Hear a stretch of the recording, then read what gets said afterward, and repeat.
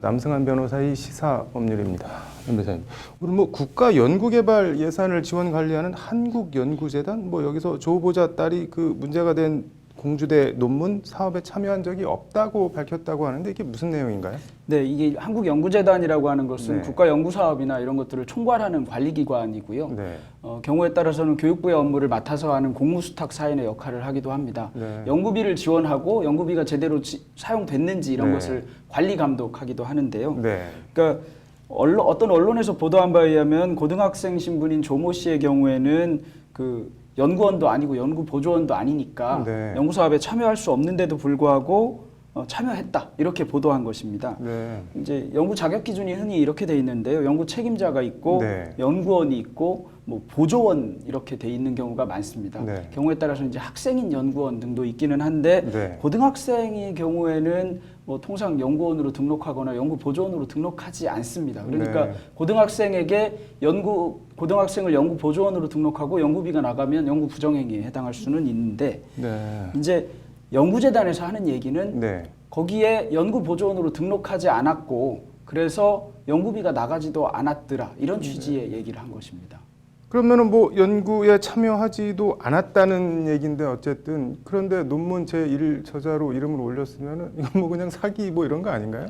이게 이제 조금 다른 문제이기는 한데요. 네. 아까 말씀드린 대로 연구재단의 연구비 관리 규정 같은 것은 연구비를 줘야 될 사람에게 주도록 하는 것, 그 다음에 주지 않을 사람에게 준 것을 환수하는 것 네. 이런 것들을 주로 목적으로 합니다. 네. 예를 들어 많이 아마 뉴스에서 예전에 보도됐습니다만 뭐 학생 연구원을 등록한 다음에 연구비를 준 것처럼 하고 다시 책임 연구원이 받아서 자기가 임의로 써버리거나 네. 다른 곳에 써버리는 행위 이런 것들을 대표적인 연구 부정 행위로 보고 연구비를 환수하고 있는데 네. 이 경우에 그런 것은 아니었다 이런 취지입니다. 그러니까 네. 연구에 참여했건 안 했건 고등학생이라면 연구 보조원 자격이 없고 그 경우에 연구 보조와 관련된 돈이 나가지 않았다는 의미이다 이렇게 해석할 수 있는 것 같습니다.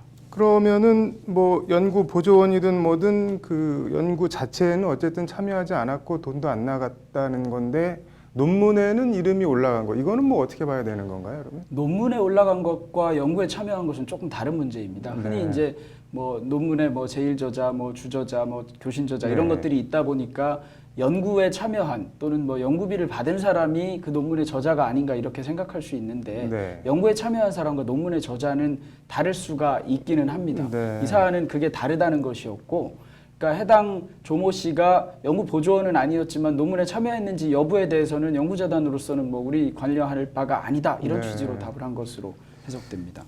이게 남 변호사님 교육 분야 전문 변호사로 알고 있는데 이런 경우가 뭐 있을 수 있는 경우인가요? 아니면 아주 드문 건가요? 일단 연구와 관련해서 네. 교육 분야 전문 변호사라는 참 호칭은 우리 대한변협에서 아주 싫어하는 호칭입니다. 제가 네. 전문 분야로 등록을 한 바가 없어서 전문 분야라고 하면 뭐 네. 징계를 하겠다고 할 수도 있는 그런 사안인데 네. 사안을 많이 제가 접해보면 교육 네. 분야 관련은 어떤 일이 있냐면 네. 논문과 관련된 연구 부정 행위는 그간 주로 포인트는 해당 연구자가 네. 해당 논문을 여러 번 써먹었는지 네. 또는 저자로 기록할 수 없음에도 기록해서 연구 실적으로 잡았는지 여부 네. 등이 주로 문제되는 그러니까 해당 연구자의 연구 실적과 관련된 문제였습니다. 네. 근데 그러다 보니까 주로 어떤 형태로 이루어지냐면 책임연구원이나 제1저자로 등록된 분이 네. 실제로는 연구를 하지 않고 아래 단계 자기의 네. 제자나 이런 사람들이 연구를 주로 하도록 한 다음에 본인이 책임연구원, 뭐 일연구원, 교신저자 등으로 등록하고 실제로 연구한 사람의 지위를 굉장히 낮추거나 해서 그 사람의 공적을 뺏어오는 것이 주로 문제였습니다. 이 네. 경우는 굳이 말하면 약간 반대가 된 케이스입니다. 네. 책임연구원이나 책임저자나 제1저자가 본인이 한 것을 다른 사람이 했다고 지금 해준 네. 것에 해당하거든요. 네. 그러다 보니까 통상인 경우와는 완전히 다른 경우라서 본 적은 사실은 없습니다. 네. 그런데 소위 대학 교원들 사이에 이런 품앗이라고 하는 것들이 있었다 이런 지적들이 요즘 있다 보니까 이런 네. 점에 대한 부정행위도 향후는 좀 다투어지지 않을까 그리고 규제가 되지 않을까 이렇게 생각하고 있습니다. 네, 이게 지금 조국 후보자 같은 경우는 뭐 도덕적 비난은 감수할지언정 뭐 법적인 문제는 없다 이렇게 나오고 있는데 자유한국당에서는 뭐 고대 입시 업무 방해죄 뭐 이런 걸로 고발을 했는데 이게 입시 업무 방해가 성립이 되는 건가요? 어떤 건가요? 업무 방해가 되려면 이제 위계가 있어야 네. 됩니다. 위력은 아닐 거고요. 위계가 되려면 일단 조모 씨가 이 논문 때문에 합격했는지 여부가 쟁점이 돼야 되고요. 네. 이 논문에도 불구하고 이 논문과 관련돼서 합격한 것이 아니라면 업무방해와 관련된 구성 요건이 굉장히 약해집니다. 그다음에 이 논문 때문에 합격했다고 할 경우에 다시 그러면 조모 씨가 과연 일저자로서의 자격이 있는가 여부를 따져야 되는데요. 네. 일저자로서의 자격이 있는가, 그냥 고등학생이니까 우리가 상식적으로 생각하기에 의학 논문의 일저자가 될 수 없다 이렇게 생각하기는 합니다만 네.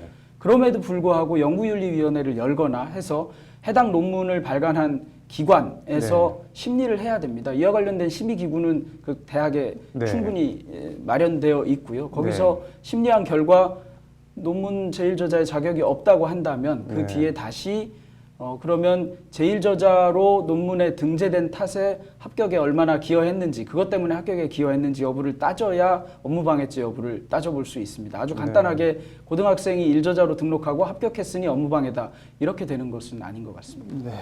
이게 지금 뭐 일단 이번 조국 후보자 딸 논란만 놓고 보면은 뭐 후보자 본인이나 청와대는 이거 가지고 그만둘 생각은 전혀 없는 것 같은데 이번 사건 개인적으로 어떻게 보세요? 저는 뭐 그전에도 질문을 받으면 민정수석이 법무부 장관이 되는 관행 같은 게 만들어지면 안 된다 이런 입장을 표하고 있기는 한데요. 그와 관련된 입장을 떠나서 오히려 예를 들면 문재인 정부에서 여러 가지 정책 등을 펼치는 자리에 법무부 장관이 더 적합한 것인가 아니면 민정수석이 더 적합한 것인가. 예를 들면 민정수석에 있을 당시에 크게 잘 그 부분을 펼치지 못했는데 법무부 장관으로 간다면 과연 훨씬 다른 위치에서 잘할 수 있을 것인가라는 거에 대한 근본적인 의문이 있기는 합니다. 다만 이것이 낙마 사유인가 아닌가 여부는 청문회를 거쳐보고 해명을 좀 들어봐야 할 것 같기는 합니다. 워낙 여러 가지 뉴스가 보도되고 그 뉴스가 어떤 것은 맞는 것 같고 어떤 것은 부정확한 것도 보이고 이러다 보니까 단순히 여론으로 도저히 못 받아들이겠다는 이유만으로 낙마를 시킬 것은 아니지 않나 이렇게 생각하고 있습니다. 어쨌든 조국 후보자 청문회 날짜가 잡혔는데 여러 논란에 어떻게 해명할지 궁금하네요. 진짜. 오늘 잘 들었습니다.